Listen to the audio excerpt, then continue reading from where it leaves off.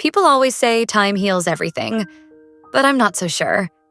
It's been 2 years since I met him, and still, Seiichiro lingers in my mind like a sketch I keep redrawing, never quite able to finish. I'm Mashiro, just turned 21, currently in my 6th semester of college. I transferred to this quiet little university in the countryside a few months ago. Life's been simple. I live alone, work part-time at a bookstore, and spend most of my evenings drawing at my desk by the window. The cicadas buzz. The air smells like soil and summer rain. And still, my thoughts drift back to him. Seiichiro, red hair like flames, a faint scar just beneath his left eye. He said he got it during a storm, but never told me the whole story. That was in 1937, July 9th, 2023, 2 years ago, on a warm summer day, a red-haired boy appeared under the sunlight. I was just standing there, enjoying the view, and then he was there. He smiled. And I don't know why, but that smile stuck with me. The next day, he showed up again. This time, he invited me to a place he called Special. It was an old lighthouse by the sea. There, we listened to music together. Music from my time. Music he'd never heard before. He cried. Not from sadness, but from the sheer beauty and freedom in the sound.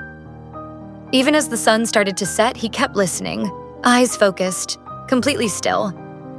It was peaceful, like the world stopped for us. We didn't know much about each other, not even our full names, but we kept meeting, again and again. The lighthouse became our little world. We smiled, we shared silence, and maybe, just maybe, we both wished it could last forever. But I had no idea then. I lived in the future, and the lighthouse in his time was about to be shut down. If that happened, our connection would disappear. We'd never meet again. Back then, I didn't know how real it was. Didn't realize I had truly stepped into his world. Didn't know that after meeting me, his world suddenly felt full of color and sound. He still remembers the first time we met. He was doing his usual chores at the lighthouse when this strange light appeared, surrounding him. When he opened his eyes and looked outside, I was already there. He never figured out how I came to his time. But when he saw the date on the board inside the lighthouse, he realized I was from the future. He was happy, even if he thought it might all be a dream. After that, he started writing stories about me. Even though he didn't know if I'd ever get to read them, it was like making a wish on borrowed time. Hoping that someday, somehow, we'd meet again. Then, one day he stopped coming, but I kept going back to the lighthouse.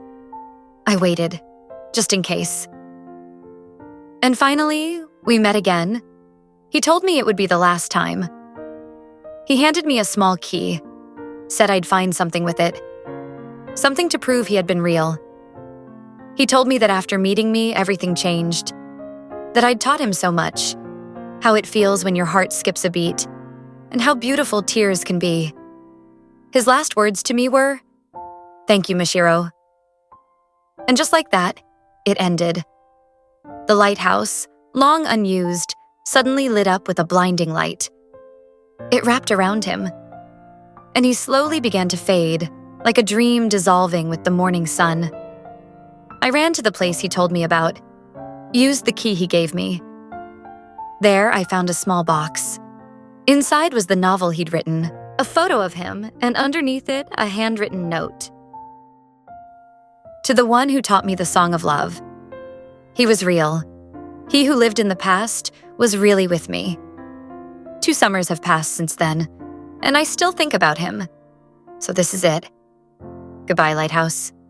Goodbye, the boy I loved.